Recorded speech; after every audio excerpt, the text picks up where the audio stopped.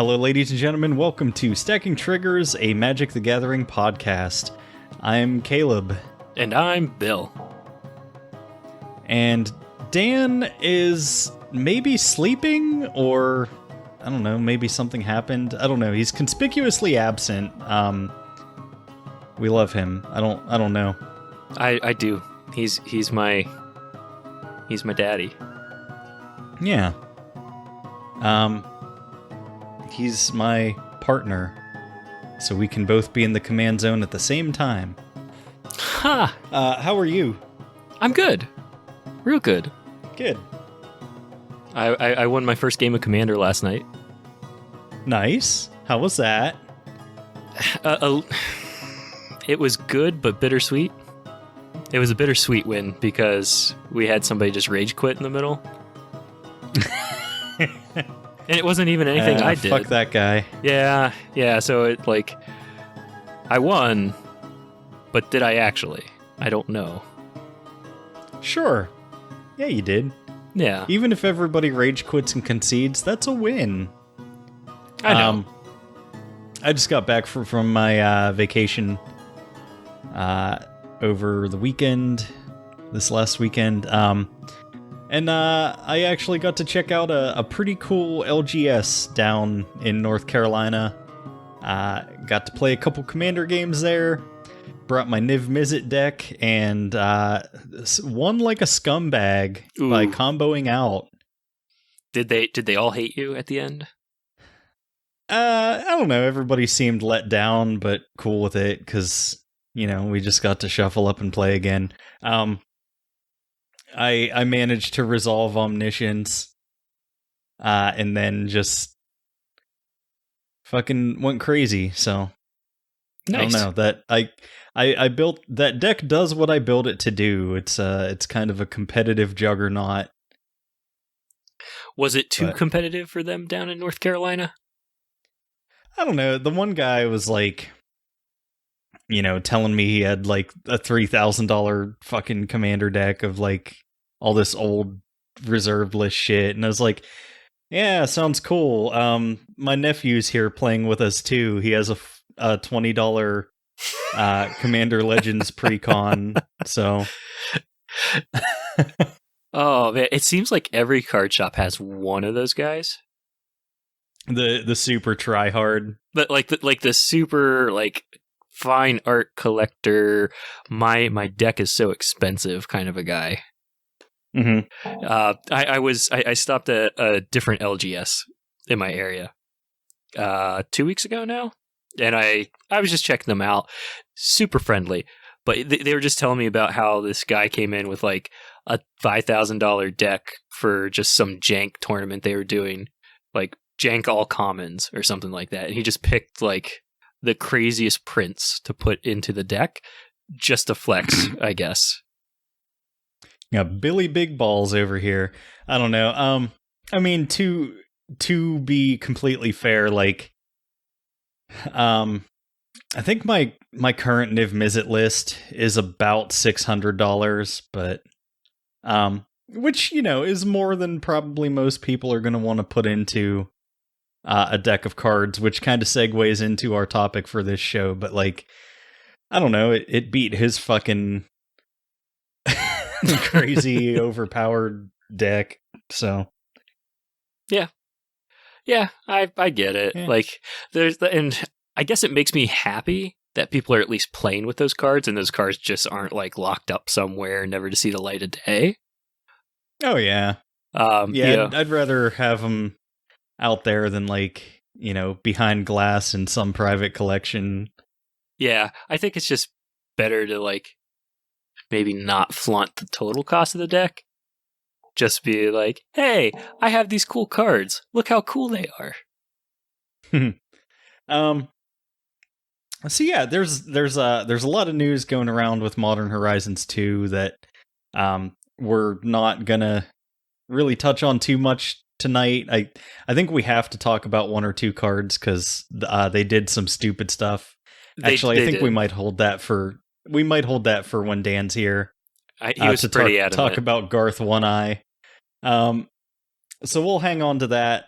There's just a lot of coverage about it, and like that's what I was talking to you guys about this week. We're not like a rapid response type show. Like we're not putting out content all the time. It's a weekly thing. So like, if you care and you know about Modern Horizons 2, like you know about those cards. So we'll get you some opinions on what we think of those in just a little bit, but just not right now. Yeah, like you said, we can't keep up with the MTG Goldfish or the command quarters or whoever else or the Pleasant Kenobis of the world. Yeah, it's just a lot of people out there who have big followings. So we're just trying to carve out our little corner. What we are going to talk about tonight, though, since you're starting out, you're working on building your collection and stuff, and getting into Commander. So I wanted to talk about budget versions of Commander staples, a TED Talk by Caleb. Yes. So disclaimer up front. The best way to play Magic on a budget is to use proxies. Proxying is cool and fun. Talk to your playgroup about proxies today. That being said, I'm a collector and I enjoy having the actual physical cards that are worth currency, but like a lot of people, I have a certain number of currency, and I also enjoy using cards that make people lean across the table and say, wait, what does that do? Because I've never seen that thing. So, yeah, come on, Bill, let's have fun and cut some corners with budget alternatives to Commander staples. Ooh, I mean, I guess since they're budget, you can actually cut the corners. But yeah. Sorry, Dad, my dad pants are showing. You are a father. Yeah, technically that counts as a card alter. It does. And then it's no longer valid. That's true. So the first card we'll talk about is Cyclonic Rift, which is about a $30 market price on TCG Player. It's the mother of all board wipes and arguably the strongest spell in the format. Cyclonic Rift is a competitive juggernaut that will cause audible groans every time it hits the stack. Bill, have you been Cyclonic Rifted yet? Not yet. So Cyclonic Rift is 1 and a blue for an instant. Return target non-land permanent you don't control to its owner's hand. Oh, wait. But nope, you're right. Last night. I did get Cyclonic Rifted last night. My bad. Oh, nice. So that's not too bad. 2 mana. They bounce something back to your hand. However, it has Overload, so you can cast it for 6 and a blue, which lets you return each non-land permanent you don't control to its owner's hand. So in a lot of ways, this is worse than just destroying everything. So it's a huge tempo swing, which forces you to spend mana to recast stuff that you already cast. Jams up your card draw as you try to empty your hand again, and it forces you to choose what stuff you want to keep and what stuff you want to discard after you get all your stuff bounced back to your hand. So, obviously, super powerful effect. So, how can we get this kind of effect on a tighter budget? Proxy. You can proxy it. Well, 7 mana is a pretty large investment, and what this card is essentially trying to do is set back your opponents long enough so that we can start pulling ahead. So generally, you're not looking to board wipe because you're already ahead. And like even Cyclonic Rift is usually at its strongest when you use it as a panic button to reset the game, and not just to torment opponents while you're already winning. Mm-hmm.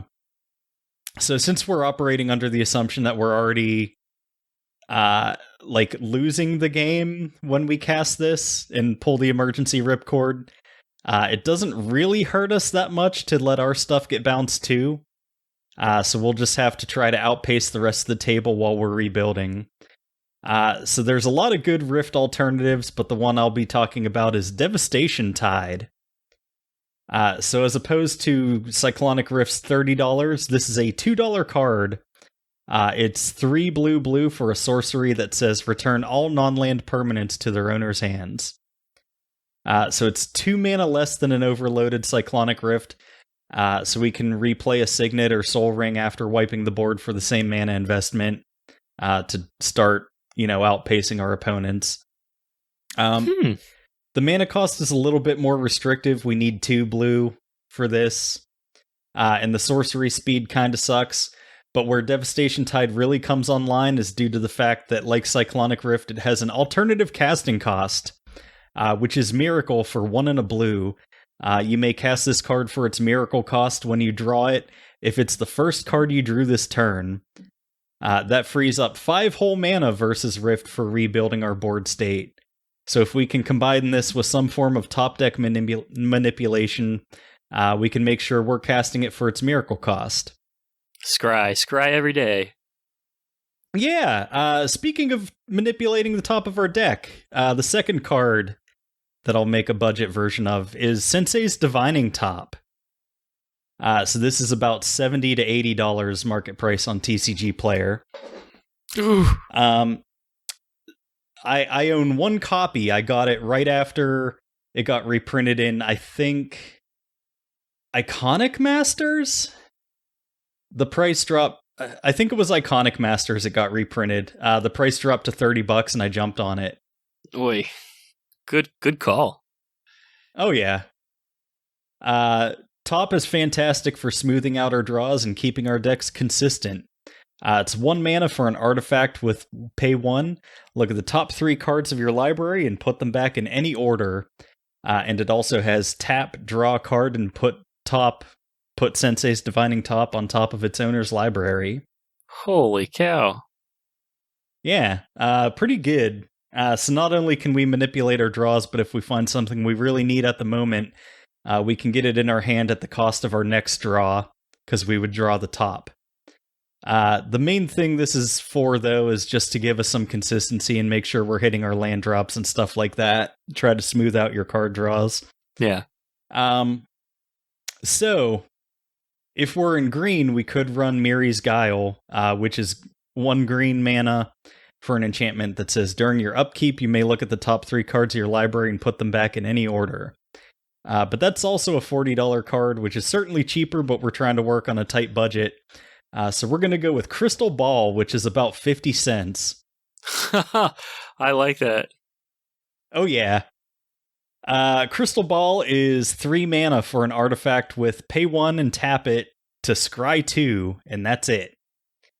So it's 2 more mana up front, but I honestly kind of like scry 2 more than manipulating the top 3, because it still lets us smooth out our draws. But if there's 2 cards on top that we can't use right now, we can dump them onto the bottom and gamble on the 3rd card down. Yeah. Whereas with top, you're just rearranging the top 3. So if there's like 2 8-mana spells and you're on turn 3, you still have to put those in the top 3. So like you're going to have to keep activating top on every single turn until you get past that. Yeah. I really like the ability to be able to scry them to the bottom. Yeah, I think scry in this case would definitely be there. Like you said, get something bad, put it to the bottom. I've done that a couple times. Alternatively, if we're in blue, there's a card from Mercadian Masks called Soothsaying, which this runs about $2.50. It is 1 blue mana for an enchantment that has pay 3 blue, shuffle your library, and pay X, look at the top X cards of your library and put them back in any order. Yeah, this card's pretty awesome, and it's potentially better than Sensei's Divining Top, depending on your mana situation. So if you're playing Cascade. Yeah. If you're playing Cascade or like a High Tide combo deck, getting to stack like a big portion of the top of your deck is fucking wild. Yeah. Man. You could just do that anytime you want. That's... Oh, yeah.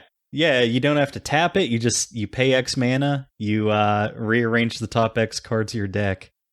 Seems pretty good. How is this only $1.87? Well, I think that one, that one's about $2.50. Oh, is it $2.50? Oh, that's the moderately Or are played. you looking it up on TCG Player?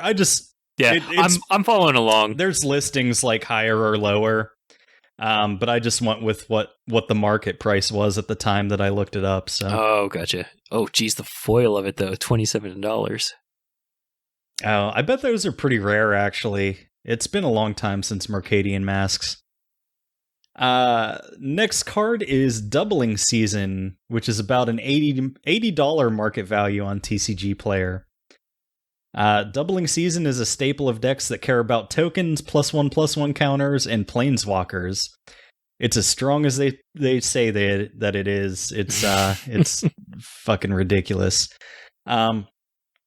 So Doubling Season is 4 and a green for an enchantment with, if an effect would create one or more tokens under your control, it creates twice that many of those tokens instead, as well as if an effect would put one or more counters on a permanent you control, it puts twice that many of those counters on that permanent instead. So this is often used as a loyalty counter doubler for planeswalkers in order to cheese out their emblems as soon as they hit the field. So like if you have a planeswalker, let's say it has like a +1, like a -2, and then like a -8 as like its ultimate ability, and it hits the battlefield with 4 loyalty counters. If you play that planeswalker while Doubling Season's on the field, it would actually enter the battlefield with 8 loyalty counters, and you could use its ultimate right away. Dang. Yeah, and like since generally ultimates on planeswalkers are like so game changing and so hard to actually pull off, it's a really strong effect. So obviously, like, this is an insane effect and really hard to replicate on a budget, but we can get a pretty close and repeatable approximation to the static effect as like a one-off effect, but we can do it like repeatably. So Deep Glow Skate is about $2 to $3. It's 4 and a blue for a fish that doubles the number of each kind of counter on a target permanent when it enters the battlefield. So you put your planeswalker out. It's got 4 loyalty. You drop the Deep Glow Skate, jumps to 8. You ultimate. And then if you soul bond this with Deadeye Navigator, you can abuse the absolute piss out of this effect. Just flicker it in and out and get your planeswalker up to 30 loyalty and get its emblem 4 times. Oh, jeez.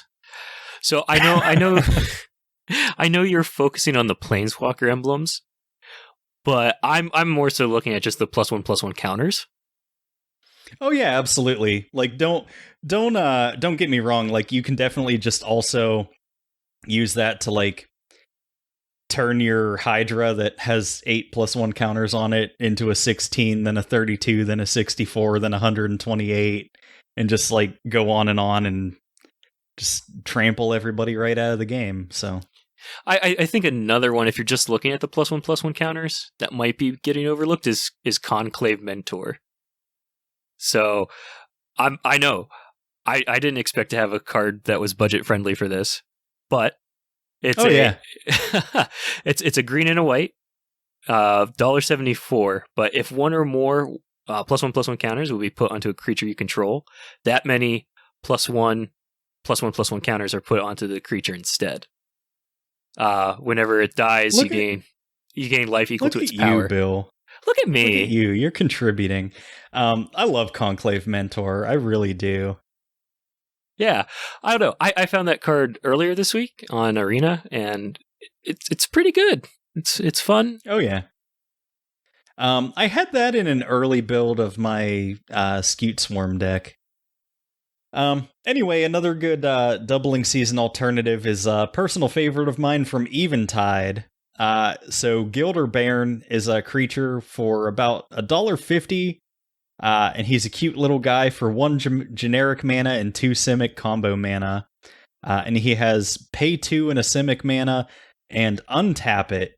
For each counter on a target permanent, put another of those counters on that permanent.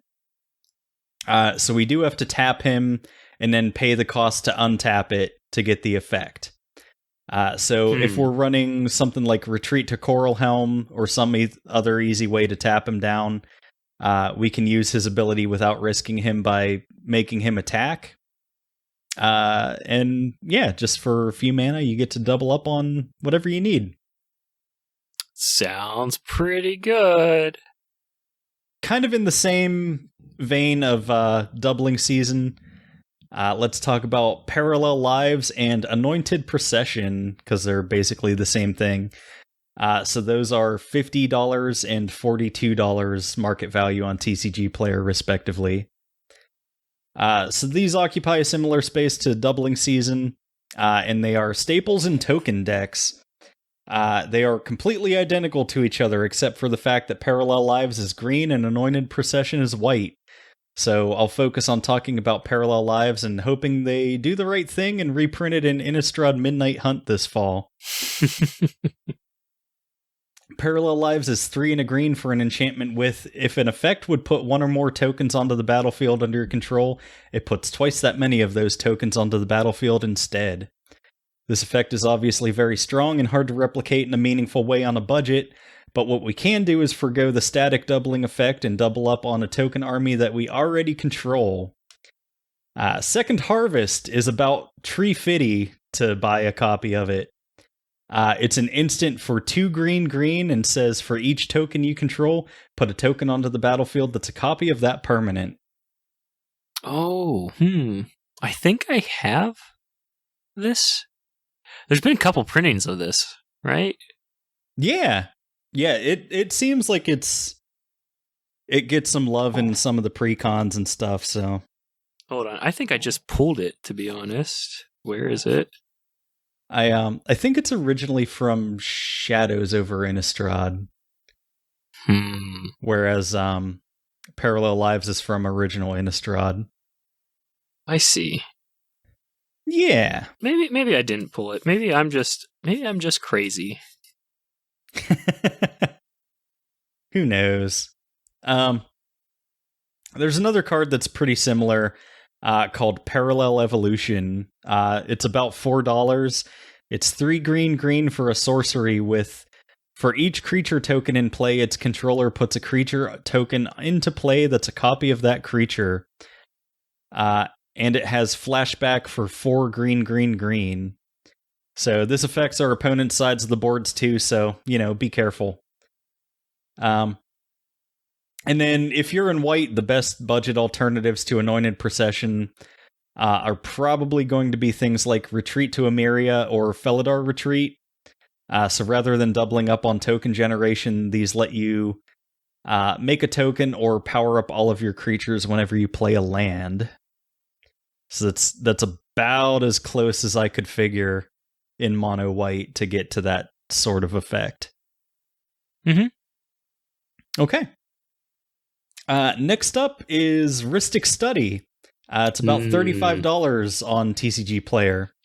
Do you pay the one? Do you pay the one? Do you pay the one? No, you pay the 35. Rustic Study is 2 and a blue for an enchantment that says whenever an opponent casts a spell, you may draw a card unless that player pays 1. This is Magic's most annoying card to play against because the person controlling it will remind you of its existence approximately every 0.5 seconds. It's ostensibly a card draw engine, but in practice it generally just makes all your opponent's spells cost 1 extra mana. But usually if one person quits paying the mana tax, everybody else follows suit and you just draw 7 million cards from it.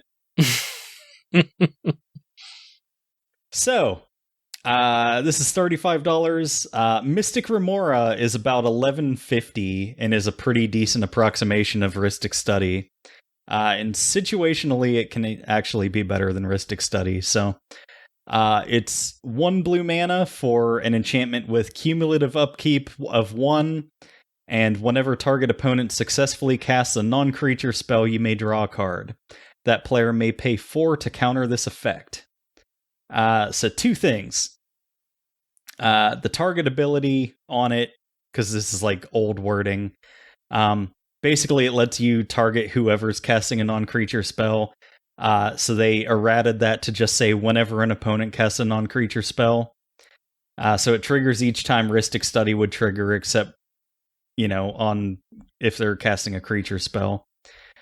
Secondly, since no one still lives who remembers how cumulative upkeep works, I'll explain it. It's a cumulative effect, meaning on your first upkeep after you play the spell, you have to pay 1 or sacrifice it.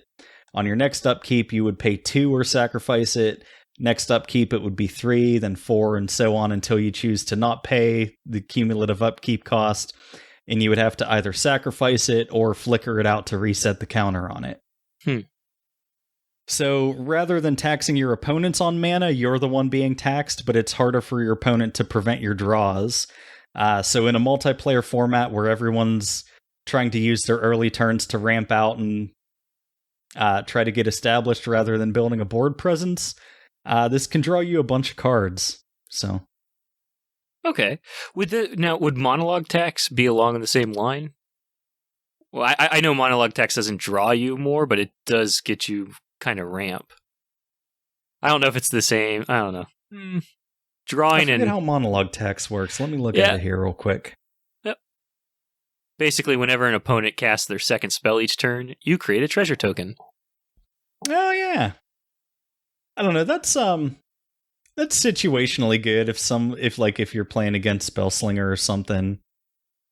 Okay. I don't know. I've ran across it a couple times, and the player who usually plays it is very, very upset that everybody in the beginning is only playing one. Like, what the fuck do you expect? Come on, get real. I know. Yeah, they drop it like either turn 2 or turn 3, and they're just like, and then it pays off on like turn 7. Yeah. I'm like, it's not really a great early game card. But oh well.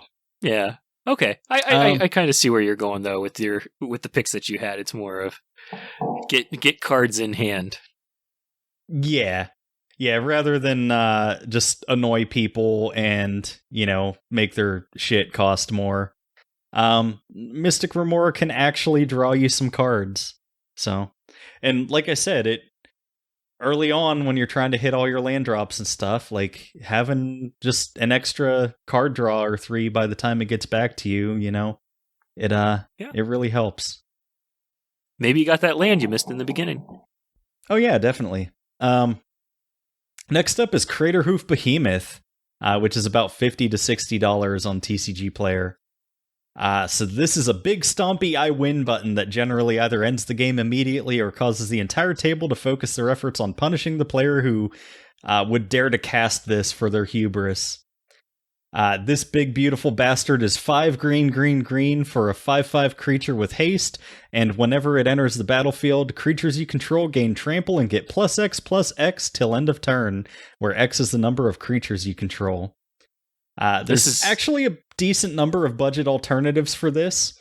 Endray's Forerunners is 60 cents and has the same casting cost as Crater Hoof. It's a 7/7 creature with Vigilance, Trample, and Haste that gives other creatures you control +2/+2 Vigilance and Trample until the end of turn whenever it enters the battlefield. I'm sorry. I'm still just a little shocked. Just at the Crater Hoof Behemoth, I haven't even looked up the budget alternative. That's just that's a big stompy boy, especially if you have it's a big boy. That's what one of my playmats that I use has the art for Crater Hoof on it. Now my mind is racing, Caleb. How can I fit this into a Scute Swarm deck? You could fit it in there pretty easily, but check out the budget alternative, Endray's Forerunners. It situationally might be kind of better than Crater Hoof, honestly. It doesn't give them as big as a buff, considering like you're trying to go wide. But 2/2 is nothing to sneeze at, but it also gives them all Vigilance as well as Trample. That's also very nice. Yeah. Yeah, the 2/2 isn't bad. It's very nice, actually. Anyway, next alternative to Crater Hoof is Overrun. It is 2 green for a sorcery that gives your creatures +3/+3 and trample until end of turn. So again, not as impressive as Crater Hoof, but this card goes for about 30 cents as opposed to $60. I'm not as impressed with this one just because it goes away at the end of the turn. They could still have blockers left. I mean, they all do, but the idea is you're right. You cast it and win immediately for all of these. Like, yeah, the whole thing with Crater Hoof that we're trying to replicate is to just resolve it and win the game on the spot. I see. Yeah, reading the card explains the card. I didn't catch the until end of turn on the other two. Yeah. The next one's a bit more like it. Overwhelming Stampede is about $3. It's 3 green for a sorcery with until end of turn, creatures you control gain trample and get +X/+X, where X is the greatest power among creatures you control. So this is a bit closer to Crater Hoof's effect, except it rewards us for going tall rather than going wide. I see.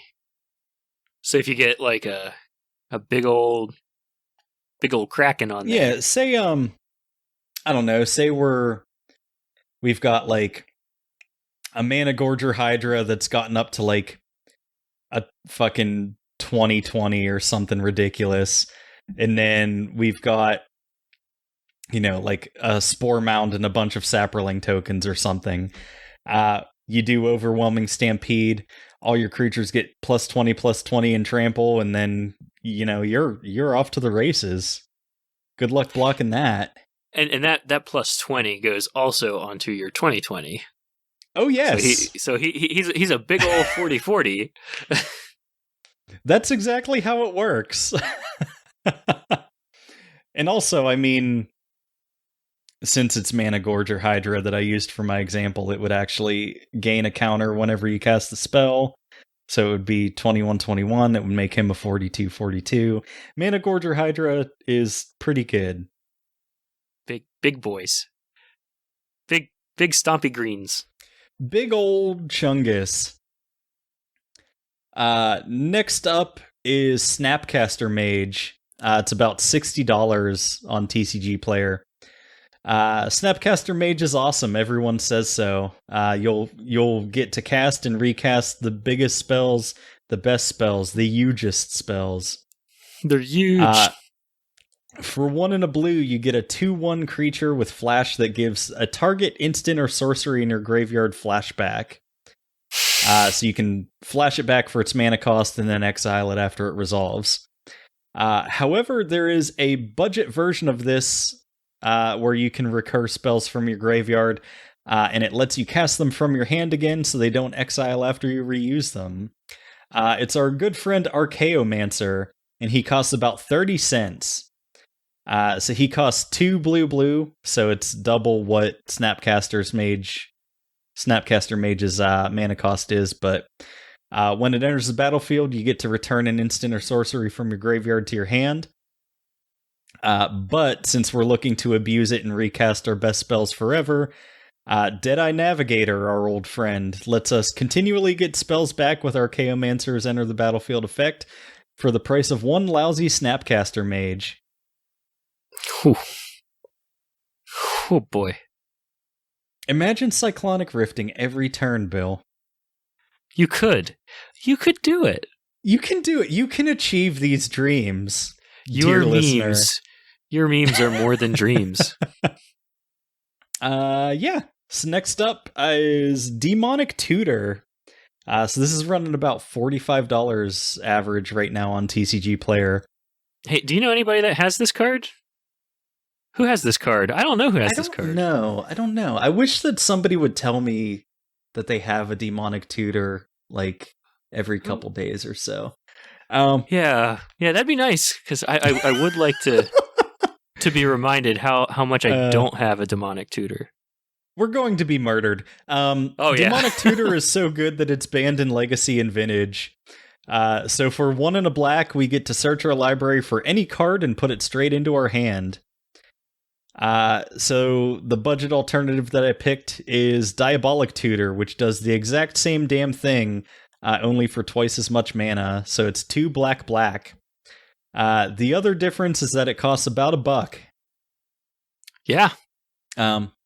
There's also like there's a lot of other like budget black tutors that are out there. Like Beseech the Queen is pretty good. Dark Petition is pretty good. Look around, like this kind of effect is out there. Like Demonic Tutor, Vampiric Tutor, like those are obviously the strongest versions of it, but Yeah. don't dump all of your money all at once, Well, Think about it. I'm checking. I might have this, to be honest. I'll be really surprised. What, Diabolic? Yeah. Yeah, I got a couple copies of it, I think, in whenever Kaladesh came out. I got the Kaladesh bundle and got a couple Diabolic Tutors. It's a decent card. Yeah, I thought I had it. I'm just checking one more spot. You're right. It's not bad. That's why I'm like, I have to find it if I have it, because that would be fun to play. Yeah. I don't know. While you furiously dig for that, I'll talk about my next one, which this is one that I'm really proud of. It's Gaia's Cradle, which is about $973 on TCG Player. What? Yeah. This is the biggest big mana land around and has been reprinted exactly one time, I think. Cradle taps for green equal to the number of creatures you control. So if you're going wide in a commander game, it's not hard to tap this for 20 mana or so. But it is $973 fucking dollars. So let's drop that to about 30 and play Growing Rights of Itlamok. It's a legendary enchantment for 2 and a green that has, when Growing Rights of Itlamok enters the battlefield, look at the top 4 cards of your library. You may reveal a creature card from among them and put it into your hand. Put the rest on the bottom of your library in any order. As well as, at the beginning of your end step, if you control 4 or more creatures, transform Growing Rights of Itlamok. So it helps you dig down for something good that we can put on the board. And then if we can transform it, it becomes Itlamok, Cradle of the Sun, a legendary land that has tap, add green, as well as tap, add green for each creature you control. So it's a strictly better Gaia's Cradle after it transforms, because it produces mana even when we don't have any creatures. That's very nice. It's very nice. It's not as combo friendly as Gaia's Cradle. Like, you can't just play it and immediately tap it for green. You have to wait basically till your next turn at best, because you have to wait till your end step for it to transform. But well, you also have to pay for it, right? Because Gaia's Cradle is just a land, so you can just play it as a land. But for $940 less, I'll take it. There's a similar big mana land that can even work in non-green decks. So Nykthos Shrine to Nyx is $24, and it says tap, add 1 colorless, or pay 2 and tap, choose a color, add to your mana pool an amount of mana of that color equal to your devotion to that color. And if you don't remember how devotion works, it's the number of mana symbols of that color and the mana costs of permanents you control. So this works particularly well in black, because black tends to require a lot of specifically black mana for things, because dark magic is something that you have to commit to rather than dabble in. I like that. I like black a lot for how thematic it is with everything. Like in order to gain power, you have to commit more and more to, the dark side. So, God, I love playing black. I'm so glad that I made a mono black deck. Ugh. There's just gonna be so much in there. So much that I don't like. Probably. What won't be in there that I like a lot is Swan Song, which is about $14 on TCG Player. So Swan Song is a pretty great counterspell that hasn't been reprinted nearly enough to keep the price down. For a paltry single blue mana, we get to counter an enchantment, instant, or sorcery spell, and then its controller creates a 2/2 flying bird creature token. This is pretty great for stopping a game-winning spell when the opponent might be looking for us to be holding up 2 blue. So the single mana aspect is what makes this card strong. It's not really easy to replicate that. There's not a lot of 1 mana counter spells out there. So if we can hold up the 2 instead, we've got plenty of options to work with. I've thought a lot about what the budget alternative to Swan Song would be. I think that it's just Negate. So you can pick up a copy of Negate for about 10 cents. It's 1 and a blue for an instant that says counter target non-creature spell. So compared with Swan Song, it doesn't have the downside of giving your opponent a creature, which usually isn't that bad anyway. But it also lets you hit an artifact or planeswalker. Yes. Or just original counterspell, counter target spell. It works fine. Yeah. Yeah, I mean, let's see. I don't know. I like the Mystical Archives with them both. Yeah. Like, I really like the counterspell one where it's just like a hand saying no. Yeah. Nope. like that's the thing. It's like I thoroughly enjoy just like these cards that just have so many reprintings. There's just so many different arts. Yeah, I actually got a copy of the counterspell from Mercadian Masks, and I really like it. It's a really good printing of it. Which one is that? Hold on, I'm looking for it. 4th edition counterspell is pretty funny looking. It's just a guy holding up his fingers being like, no. Or that's what happened to you? Oh, it looks like his fingers got all goofy. Oh yeah. I'm going on a tangent. I'm sorry. There's so many very good printings of counterspell. I'm gonna just put together a binder that's different printings of counterspell. Yeah, you could do that. It's text. Its text is just so simple. Counter target spell. Yeah. Oi, the Modern Horizon 2's printing of the Borderless, $24. Holy moly. That's the one with like the art of the guy being raptured. If you think that's bad, the Masterpiece series Amonkhet Invocations counterspell, where it's got like the hieroglyphic text that nobody can fucking read. That one goes for about $170. Why? Like I get it. It's a different version. Yeah, it's a card for collectors. Yep. I get it. And that's fine. I'm still sour about how much fucking Battle for Zendikar product I opened and never got a goddamn Zendikar Expedition land. A Zendikar Expedition land. I have to look these up.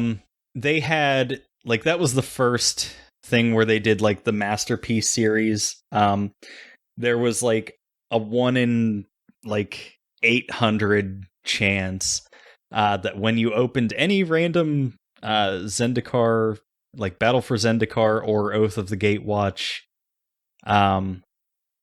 booster pack, that you would get one of these expedition lands, which like they weren't part of the set. They were just like chase cards that they randomly put in there. But there were stuff like Scalding Tarn, Wasteland, fucking crazy stuff. Is Sunken Ruins one of them? I believe so. Okay, I just want to make sure I'm looking at the right page. They are pretty. One of them, I think Eye of Ugin was one of them.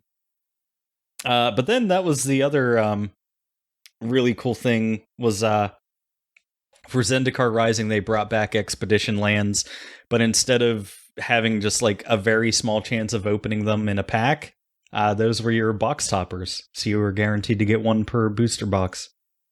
Nice. Yeah, so I got a Windswept Heath. That is awesome, sir. Which is a perfect segue, because the next budget alternatives cards that I will talk about are budget alternatives for the Onslaught ally fetch lands. So this is Windswept Heath, which is the Selesnya one, runs about $45. Wooded Foothills is the Gruul fetch land, which runs about $73. Polluted Delta, which is the Dimir one, which it's about $93. Flooded Strand is the Azorius one, it's about $81. And Bloodstained Mire is the Rakdos one, it's about $70. So these 5 fetch lands, they're the 5 allied Keller pairs. They were originally from Onslaught, and they were also printed in Khans of Tarkir, which didn't really help control the price too much. So they all, you play it as your land. You pay 1 life and sacrifice it, and you can get one of the relevant basic land types from your deck. So like Windswept Heath, you can get a forest or a plains. Polluted Delta, you can get a swamp or an island, so on and so forth. But there is a budget option. So rather than making us pay 1 life, the downside to them is that they slow us down a turn. So these are the fetch lands from Mirage. They come into play tapped, but they can be sacrificed for one of the relevant basic land types on your next turn after playing them. So Flooded Plains is about $2.32. That can get you an island or a plains. Bad River can get you an island or a swamp. It's about $3.69. Mountain Valley can get us a forest or a mountain. It's about $2.13. Rocky Tar Pit can get a mountain or a swamp. It's about $1.04. And Grasslands can get a mountain or not a mountain, a forest or a plains, and it's about $2.30. So, nice. I mean, in Commander, like, somebody puts this out turn 1, it's like, oh, I got my, $93 Polluted Delta, I'll play it turn 1, I'll get a swamp, oh, I don't have a 1-drop, your turn, you put out your Bad River, it comes in tapped. On your next turn, you can get 2 lands. You also don't have a 1-drop. Nobody's behind at that point. Right. Like, you don't lose anything. It's like tap lands aren't really as bad in Commander as people think. Like, if you don't need 5 mana on turn 5, like you're just going to play a 4-drop, go ahead and play your Guildgate. No one's going to get mad. Right. Yeah, I mean if they do get mad, there's problems. It's like, oh, you just slowed yourself down a turn. Like, bitch, I didn't have a 5-drop. I now the ones that I think are questionable, and this is probably an unpopular opinion, but maybe not for Commander, but the shock lands, the ones that like deal 2 damage to come in untapped. Yeah, I really like the shock lands just because anything that adds a little bit of extra utility, I think, is good. So like if you're in that situation where, it's turn 5 but you only have a 4-drop, you can just, play it tapped and everything's fine. You didn't lose anything. But if you really need to drop something out right away and you need that extra 1 mana, 2 life in Commander isn't that big of a price tag. That's true. In Commander, and it's like not.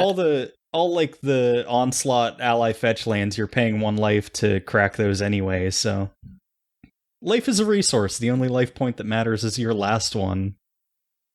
True. But you have a comfort level tied to that.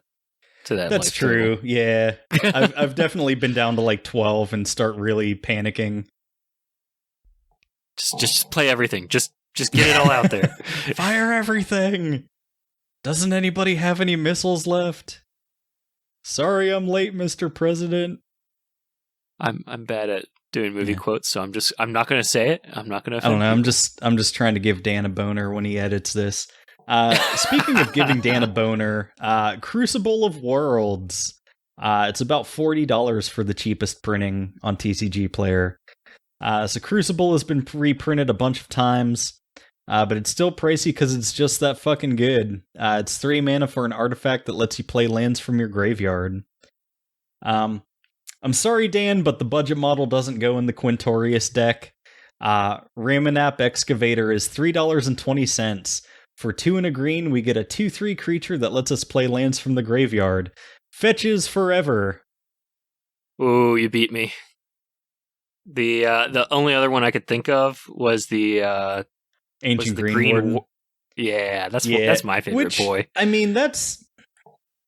Ancient Green Warden is good. It's also 7 mana. It's 6. Oh yeah, it is 6. Okay, well, yeah. It's so 6. much better now.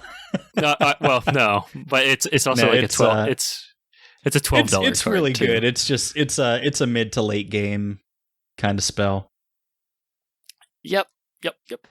It's very fun to play though.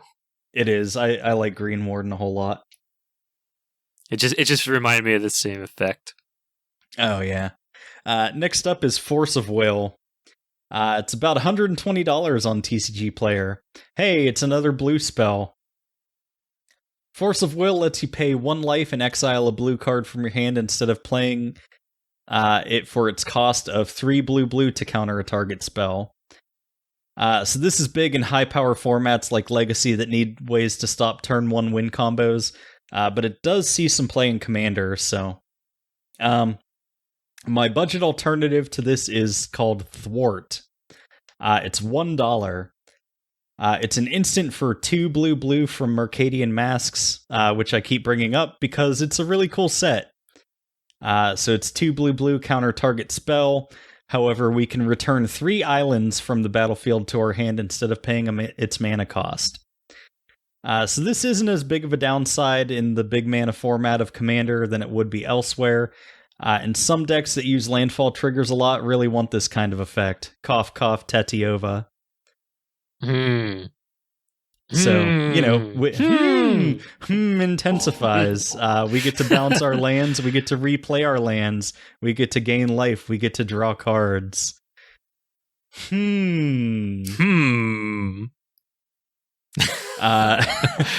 man. The other working on my one deck. Oh yeah. The other spell that I really love for Tatiova is called Gush. It's 4 and a blue for an instant, but you can return 2 islands you control to its owner's hand rather than pay Gush's mana cost, and it lets you draw 2 cards. So in the Tatiova deck, basically this just says pay no mana, draw 4 cards, and gain 2 life. Sploosh.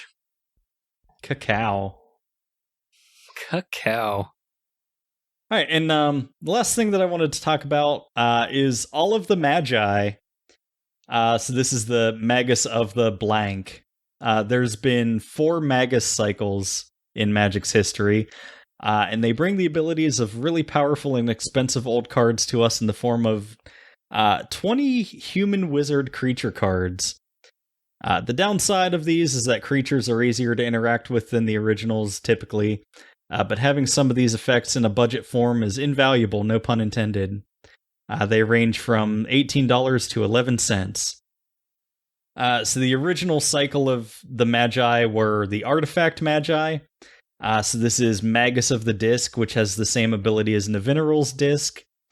Magus of the Jar, which is Memory Jar on a creature. Magus of the Mirror, which is Mirror Universe. Magus of the Scroll, which is Cursed Scroll. And Magus of the Candelabra, which is Candelabra of Tawnos. So each of these 4 cycles of Magi, there's a white, a blue, a black, a red, and a green one.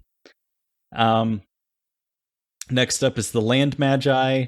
So we have Magus of the Tabernacle, which is the Tabernacle at Pendrell Vale. Magus of the Bazaar, which is Bazaar of Baghdad, which is a really crazy reserve list card. Magus of the Coffers, which is Cabal Coffers.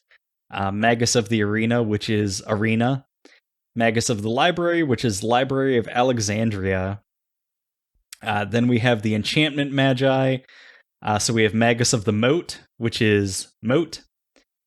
Magus of the Future, which is Future Sight.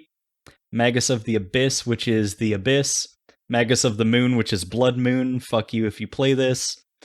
And Magus of the Vineyard, which is Eladamri's Vineyard. So those 3 cycles of Magi, they were in Time Spiral, Planar Chaos, and Future Sight. Like there was 1 cycle in each of those 3 sets, which is pretty cool. And then the final Magi cycle, I think they started in Commander 2015, and the last one got printed in Commander 2019. So they are the Sorcery Magi. So we have Magus of the Balance, which is Balance, Magus of the Mind, which is Mind's Desire, Magus of the Will, which is Yawgmoth's Will, Magus of the Wheel, which is Wheel of Fortune, and Magus of the Order, which is Natural Order. All of these are pretty good, for the most part. Like, sometimes it's nice to just double up on effect. Sometimes it's, a crazy, like, reserve list card that you'll never be able to reasonably get, and you just want the effect. Some of them aren't that good or playable, but I don't know. I find the existence of these interesting, so. I have found every time I cast Magus of the Wheel, he instantly gets killed. Yeah, people, it turns out, don't like dumping their hands and having to come up with a new plan on the fly. I don't know. With Magus of the Wheel, you're in red. I don't know, maybe look into some sort of haste enabler, like maybe Hammer of Perforos or something. So Magus of the Wheel and Magus of the Disc are actually both in a precon. They're both in the... Oh, dope. Yeah, they're in Ruthless Regiment. So okay. the humans tribal. Oh yeah, the humans. Yeah, they're both humans. Yeah. So it's just an interesting. I don't know, just interesting that they're both there. Oh, Magus of the Order was in Commander Legends.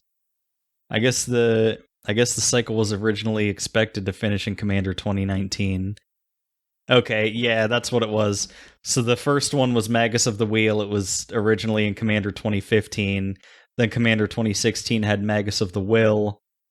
Magus of the Mind was in 2017. Magus of the Balance was in 2018. So everybody thought the last one in the cycle would be in 2019. But instead it was in Commander Legends. So they just finished the cycle on that. Holy moly. Huh. Today I learned. I don't know if there's any cards that you wanted that are outside of what you want to pay right now. Maybe we can try to find a budget alternative. So, any ideas, William? Anything you've had your eye on? Oh, that's the thing. So all these, I don't know. I've been brewing stuff on the side. And everything is, I'm trying to be as budget friendly as possible.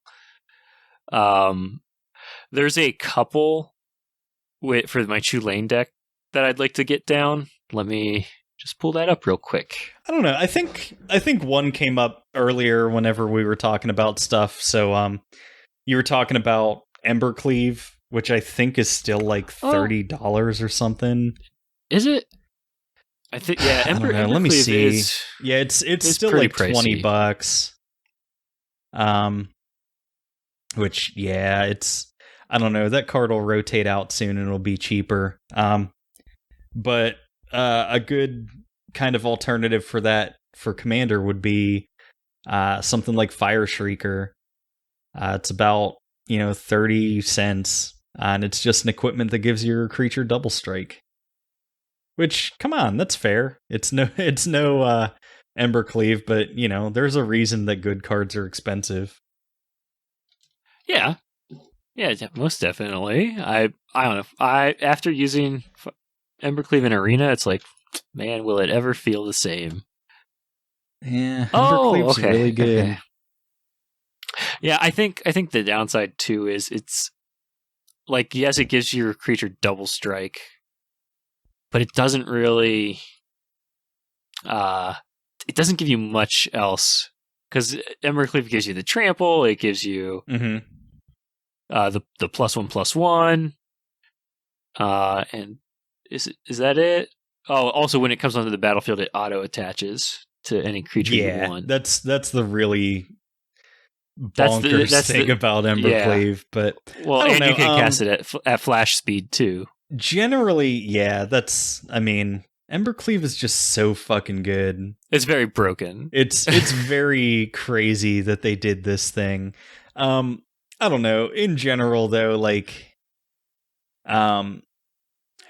Commander tends to be less combat focused. Like, if you get too aggressive, people punish you for it because you're playing against 3 people instead of against 1 person.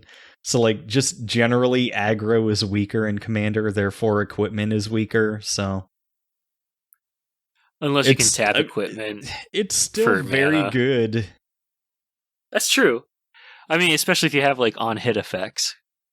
Oh, yeah. Right, so like, poison counters, like, it'll double the poison counter that you put from one creature. Well, it's like, all the swords are, like, they see a ton of play. So, like, Sword of Feast and Famine and all those. I really, really just want those reprinted. Yeah, there's a new one in Modern Horizons too. I think there's 2. It kind of looks like it's going to be the best one, honestly. But the analysis from, I think, Mitch? Yeah, I think Mitch was talking about it. Yeah, he says it's going to be probably about a 2 or 3, like, ranking wise. Yeah, I don't know. Sword of Feast and Famine is still very, very good. Yeah, I just want a chance to get Sword of Feast and Famine in this new set. You know, just crack the pack. Oh, hey. Print a black bordered version of Sword of Dungeons and Dragons in the Adventures in the Forgotten Realms set, you cowards. No, they're giving you a sword that just wins you the game. Yeah. Well, a sword that makes a player lose the game. But yeah, Vorpal Sword's nuts. I don't know. That's about all I have. The card of the week this week is Mystic Remora. I'm very excited about it. Nice. I'm excited about it too, because I'm going to ask people if they want to pay the 1, but not really. Well, with Mystic Remora, it's, do you want to pay the 4? Do you want to pay the 4? Oh God. And if you get it early enough, they just can't pay the 4. That's true. It's such a cute little fish. So I think next week we're going to talk about brewing your decks for flavor. Just putting in stuff that is thematic for your deck rather than like strictly building it for crazy power levels. So I'm gonna talk about a deck again that has a crazy power level, which is my Niv Mizzet deck. But I put some really cool stuff that's thematic into it too, so I'll probably use that as an example of what I'm talking about. So look forward to that, I guess. I'm excited for it. Are you going to be explaining those decks that tell stories? If you don't, I might get into that a bit, or there's people who like I've definitely seen a Oloro Ageless Ascetic deck because like he's a big giant sitting in a throne. Somebody made a chair tribal deck around him where every card had a chair in the art, so it had stuff like Dragon Throne of Tarkir.